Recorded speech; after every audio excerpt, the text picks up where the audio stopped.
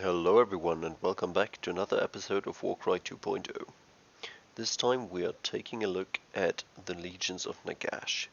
So as per usual, we'll first have a look at all the new fighters, then we'll take a look at how they perform points wise, at the new abilities you get, and last but not least we'll check out what kind of lists you could bring.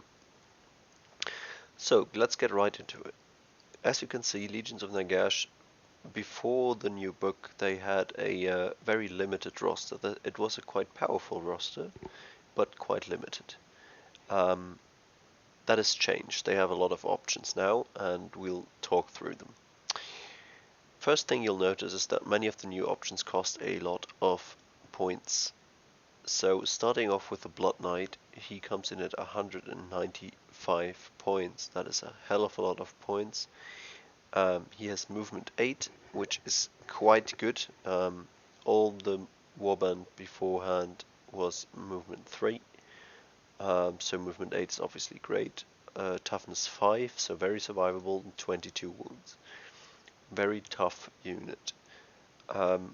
Do keep in mind though, he does come with the mounted keyword, so he won't be able to climb or anything, so that movement 8 is a bit deceiving there. He has a range of 2, 3 attacks, strength 4, 2/4 damage.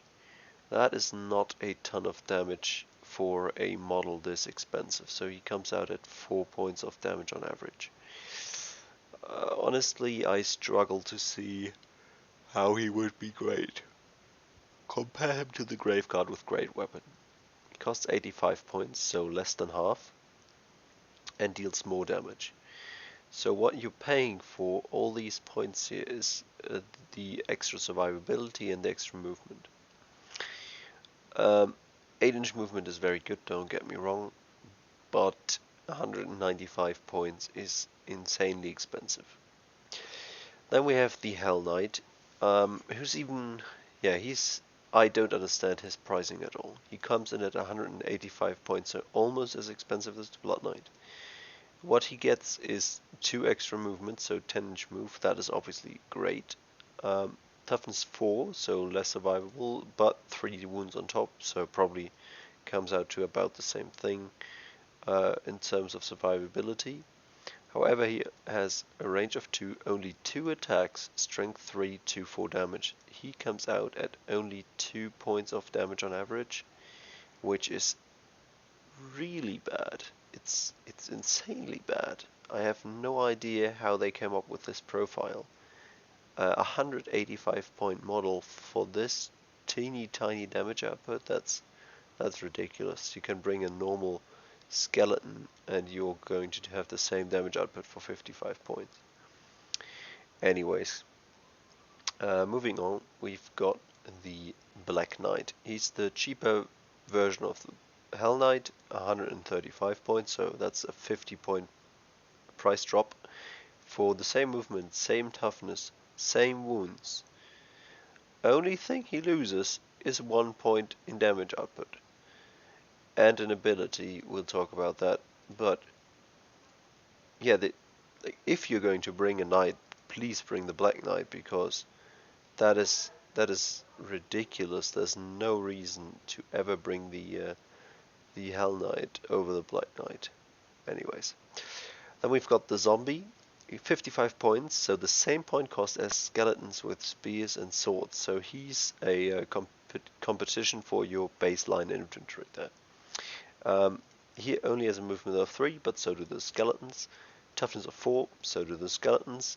10 wounds over the skeletons, 8 wounds. So you are getting some survivability there.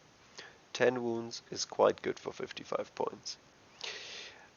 He has a range of 1, 2 attacks, strength 3, 1/4 damage. That is the same attack profile the skeleton with spear has, only that the skeleton has a range of 2.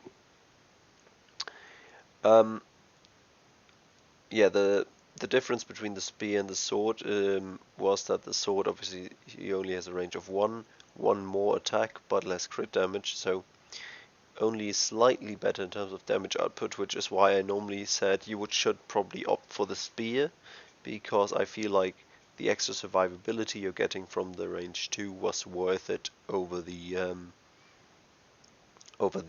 tiny bit of extra damage there. For this guy, I'm gonna be honest. The zombie, you can just as well bring him instead of the skeleton spears. You're losing that range too, but you are getting those extra wounds. That could just as well save your life as the 2-inch range can. I think it's very, very hard to make a call on that, and it's gonna be personal preference and what kinds of models you already have. If you have some zombies lying around, why not use them? If you don't, I think it's quite hard to come by them now, because zombies don't actually have models that Games Workshop sells at the moment, I think. So you're gonna get skeletons more easily, and yeah, as I said, I don't think it really makes a difference which one you use. Then we've got the Vargeist. He's a very interesting unit. I think he might be priced wrong or something. We'll see. Anyways, he comes in at 235 points, has movement 10. Obviously he can fly, which is great. It's so much better than the mounted keyword. He also has the beast keyword, or the beast rune mark. The beast rune mark, though, the only thing that doesn't allow you to do is open doors, which you don't need when you can fly. You don't need to open a door, you can just fly over it. It makes literally no difference in game, so I don't see any reason how this would make him more expensive or less expensive. He's very mobile piece, toughness 4, 30 wounds. A range of 1, 5 attacks, strength 4, 2, 4 damage. So that puts him at 6.7 damage. We've seen this value before. We've seen this exact profile before on some very, very good fighters. He's a very nice fighter. That is a good damage profile paired with a great survivability and amazing movement. That is a great, great fighter, the Vargeist. Then we've got the Vampire Lord. That was all our unit choices for now. Let's move on to the new Lord choices. In the past, you only had the choice for the Necromancer. He was your only possible Lord option. Now you've got the Vampire Lord. He comes in at 235 points as well, same as the Vargeist. He also has the fly keyword, which is interesting. So he can fly, but he only has movement 4. Flying will allow him to make more of that movement though. Like, he doesn't need to spend a full action moving up a wall, for example. He's gonna just fly up. So it's gonna save you some movement, maybe some actions. It's not as great as flying is on a high movement piece, of course, but it's still not bad. Toughness 4, 25 wounds, so also quite survivable. A range of 1, 4 attacks, strength 4, 2, 6 damage. Funnily enough, that also gets you to average 6.7 in damage. However, to keep in mind, this is a bit less reliable than the Vargeist's damage output, in case you want to compare the two, because yes, on paper they get the same likely damage output, but it's a bit more variable for the Vampire Lord because you need to score those crits to do the damage. Anyways, not a bad model there. And then we've got the Castellan. He's the Blood Knight leader option. 250 points, that's a ton of points. Movement 8, also mounted of course. Toughness 4, 25 wounds. Not even that many wounds. Why does he have less wounds than the Vargeist when the Vargeist is better, plain, to be honest?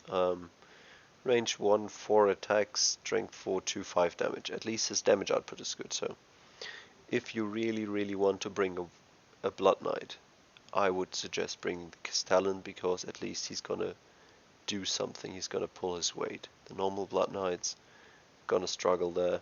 I think the Castellan is your option for a good Blood Knight. However, 250 points, quite expensive. Then we've got the Vargoyle. He's the leader option of the Vargeist, and this is where it gets quite interesting. 300 points, so 65 points more expensive. That's a lot of points.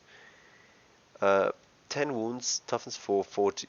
What does it say? Yeah, movement 10. Sorry, toughness 4, 40 wounds. So he does get 10 wounds on top over the Vargeist, which is obviously good. 40 wounds is very hard to take down.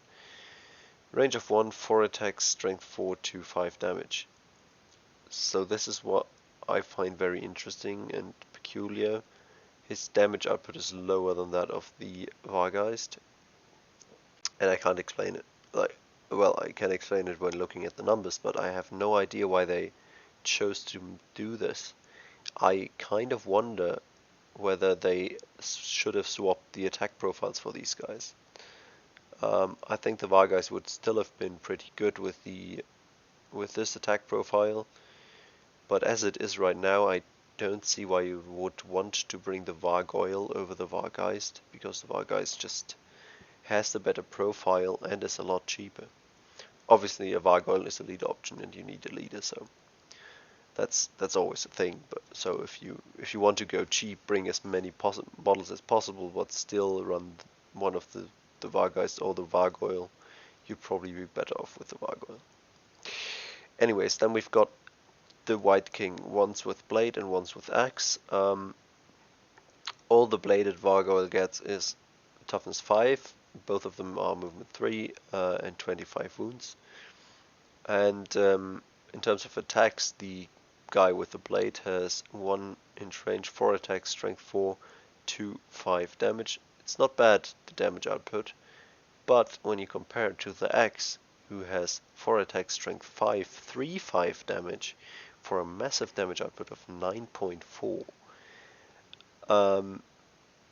you'll agree that there seems to be very little point in bringing the White King with blade.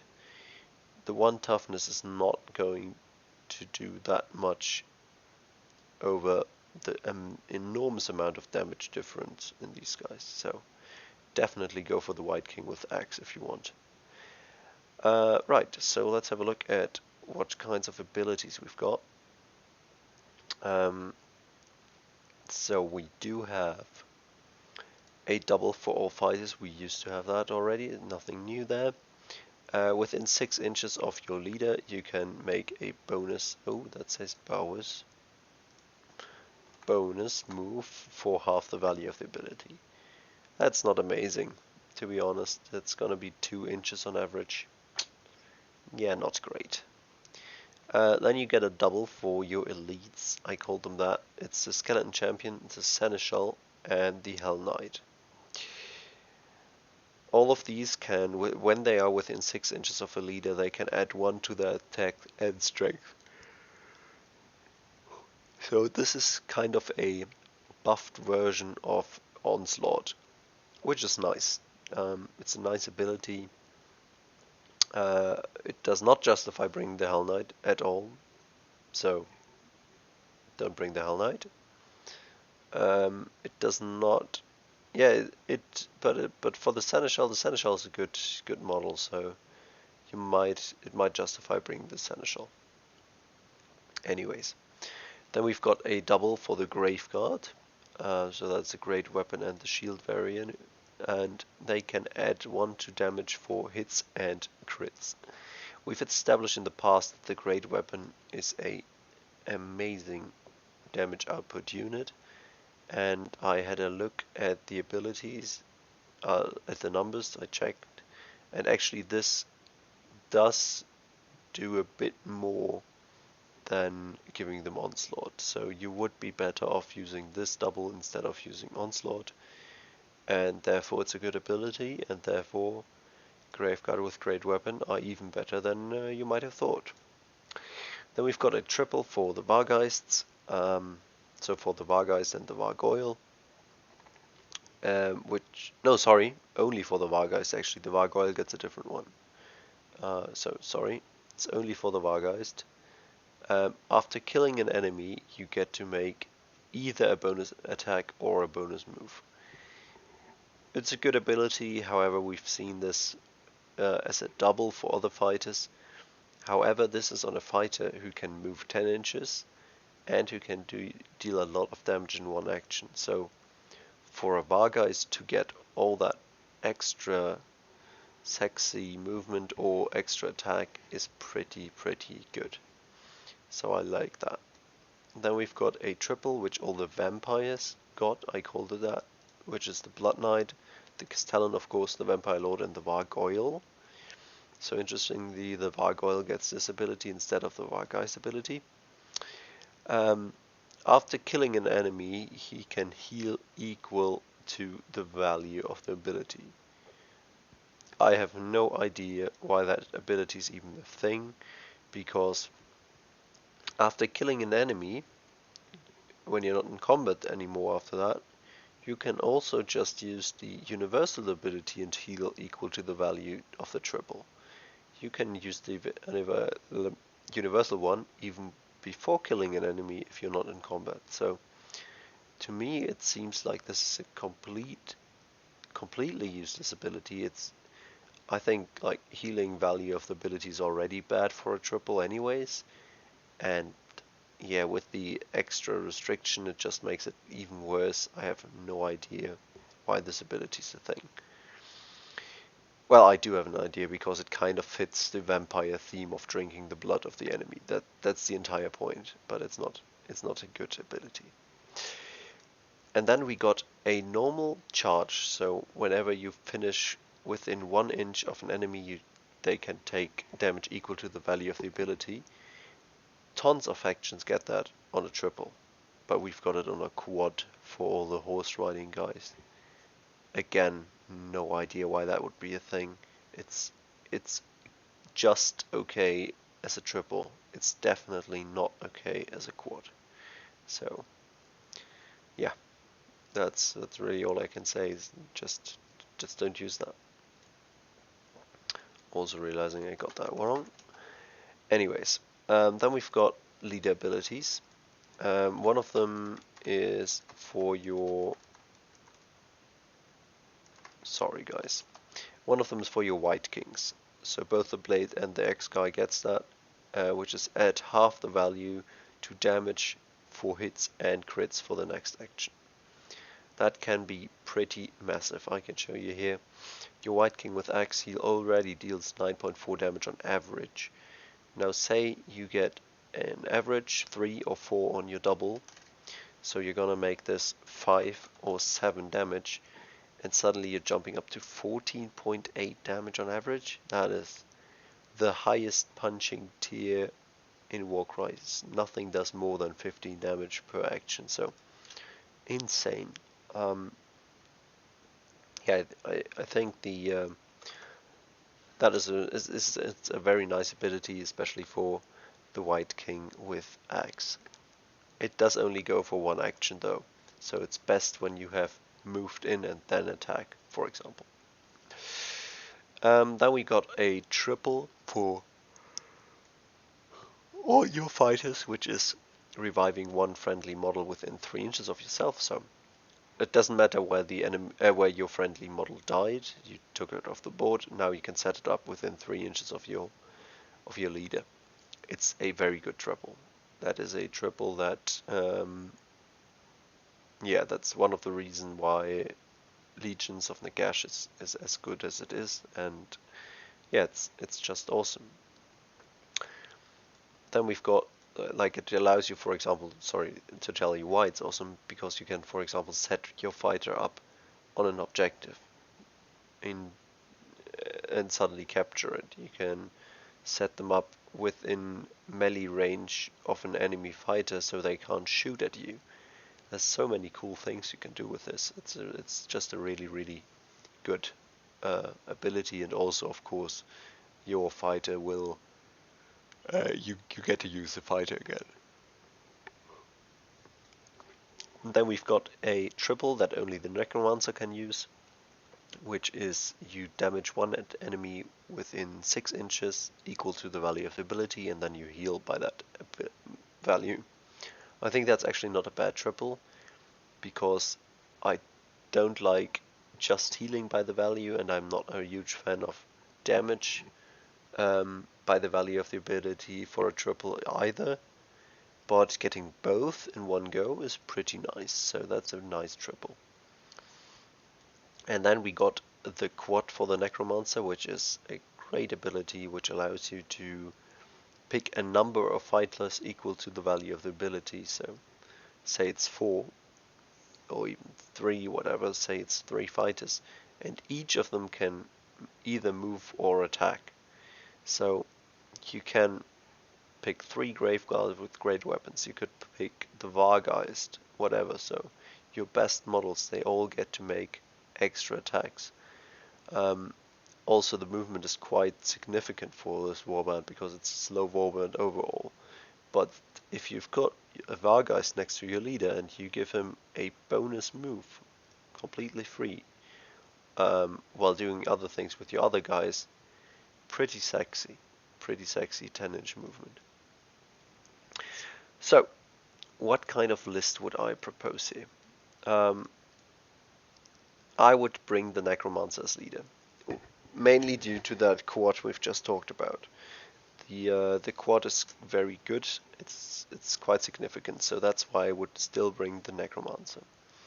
As other options, I think White King with Axe is probably one of the better ones, and as is the Vargoyle. Sorry, we haven't even talked about the points values. I'm just realizing. So very quickly, as you can imagine, all the knights get horrible damage point values. We're not surprised by that. The Castellan and the Vargoyle also don't get the greatest values there, which is just due to their very high points cost. And yeah, the Castellan, as I said, he's okay as a Blood Knight, but also he's still cavalry, and yeah, not that good. Who are good are the Zombie, the Vargeist, and the Vampire Lord. All of them perform pretty well, as does the White King with Blade. And don't forget, the Vargeist also has very high movement, so for him to have good survivability, good damage output, and good movement is quite great. And then we've got the White King with Axe, who's kind of sticking out here because his damage is so insanely good. So especially for a leader to see this top tier kind of damage output is pretty insane. Anyways, so going back to the list, you could definitely bring White Kings with Axes. If you want to go all melee focused horde, I might even bring 2 White Kings with Axes and then a lot of chaff units. That might be a pretty good way to go about this. However, I would probably prefer just getting 1 Necromancer, because you want those abilities. You don't need another leader though, because you're going to use your triples and your quads with the Necromancer, and there's really not much point in bringing more leader models. I would bring a Vargeist, because having 1 model that can just move anywhere really quickly, deal a ton of damage and not die at all, yeah, he's got it all, so why not bring a Vargeist, right? And then we can still have 4 Graveguard with great weapon and 4 skeletons with spears to really get that big old numbers game, to overrun objectives and to have very sweet damage output with your Graveguard with great weapon. I would probably split them like something like the Necromancer with his 4 Graveguard in one group, and then in the shield probably then the Vargeist would be my dagger, possibly giving him one of the skeletons on top, and then the hammer would be the remaining skeletons. I tend to not stack much value into my hammer because the hammer tends to come on last. It's still nice to have a couple of fighters there, not just one who's then lost on his own. So you're not risking much in putting a couple of skeletons in there. Your dagger will be able to function on its own perfectly because of the Vargeist, and you need your Necromancer to have all the Graveguard with him to really benefit from Van Hel's Danse Macabre. So when you get that big old quad, you just need a quad 4 and you can use all your Graveguard again. Perfect. Good stuff. So yeah, that's really all I had for you today, guys. Thank you very much for watching, and see you in the next one.